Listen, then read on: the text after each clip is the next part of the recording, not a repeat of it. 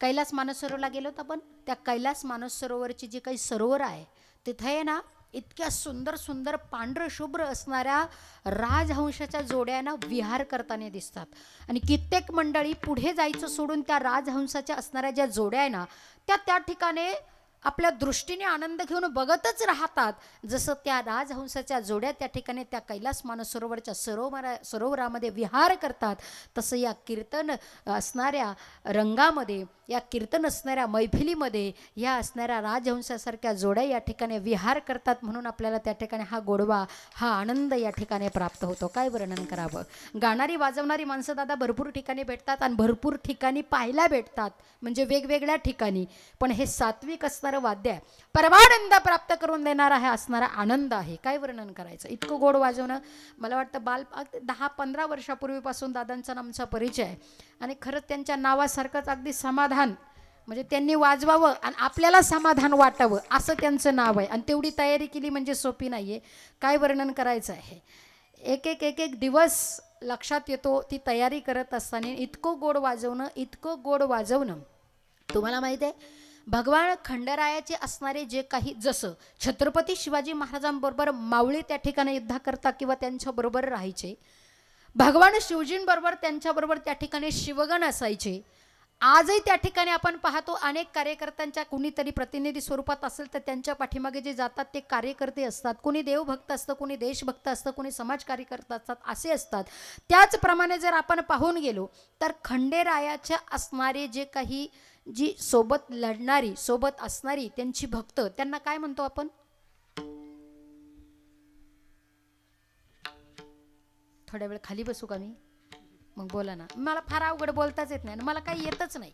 खरं तर तुम्ही जेवढ्या आतुरतेने, जेवढ्या आदराने तुम्ही मला बोलवलं, ती लायकी, पात्रता, योग्यता माझी अजिबात नाही आहे. भगवंताच्या, श्यामसुंदराच्या, नर्मदाबाईच्या, संतांच्या, तुम्हा सर्वांच्या कृपेने या गादीवर त्या ठिकाणी उभं राहायची संधी मला प्राप्त झालेली आहे. मला काहीच येत नाही, बिनधास्त बोला. काय म्हणतात तुम्हाला माहिती आहे. 5 भाकरींचा नैवेद्य आपण ठेवतो. रविवारी असेल, चंपाषष्ठी असेल, अमावास्येला असेल, या निमित्ताने ज्या ज्या वेळी त्या ठिकाणी आपण गुणगौरव करतो, जय जयकार करतो, तेव्हा पुरुष मंडळी एकत्रित येतात. खोबरं असेल, भंडारा असेल किंवा त्या 5 भाकरी असेल, ती आपण त्या ठिकाणी रुमालावर, उपरणावर ठेवल्यानंतर ते किती वेळा उचलतो आणि ठेवतो. काही ठिकाणी 3 वेळा असेल, विषम संख्या, काही ठिकाणी 5 वेळा असेल. ठीक आहे.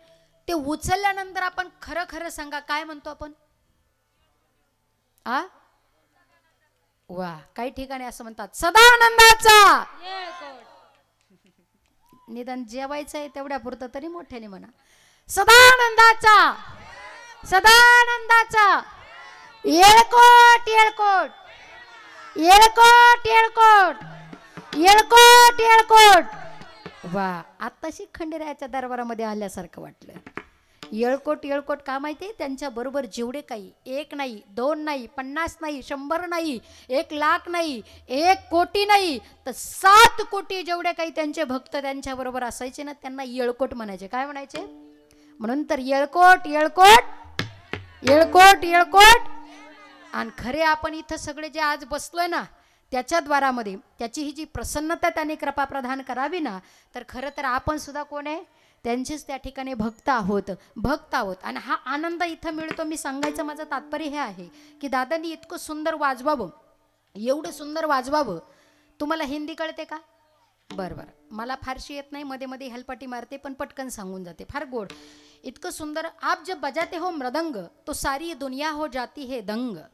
आप जब बजाते हो मृदंग तो सारी दुनिया हो जाती है दंग. मैंने इधर उधर देखा, आपने देखा नहीं देखा मैं नहीं जानती, लेकिन मैंने इधर उधर देखा, मैंने इधर उधर देखा तो मेरे खंडेराय नाचते हैं येळकोट येळकोट भक्तों के संग. एवढं सुंदर वाजवणं आहे, एवढं सुंदर वाजवणं. आणि वाजवण्याला 7 जर गाण्याची होती. इतकं सुंदर दादांनी गावं. हरिभक्तपरायण नामदेव महाराज, खरंच ते पण भक्तच आहे खरं तर देवाचे. वा वा. आज साक्षात नामदेव महाराजांचीच आठवण झाली. दादा या ठिकाणी उपस्थित आहे. तसेच बाजूला उभे असणारे आकाश महाराज, तेही आज या ठिकाणी उपस्थित आहे. बाजूलाही महाराज मंडळी उभी आहेत आणि दोघांनी गोड चाल गायली. फार सुंदर. किती सुंदर वर्णन करावं. आप जब गाते हो तो सारी दुनिया डुल जाती है.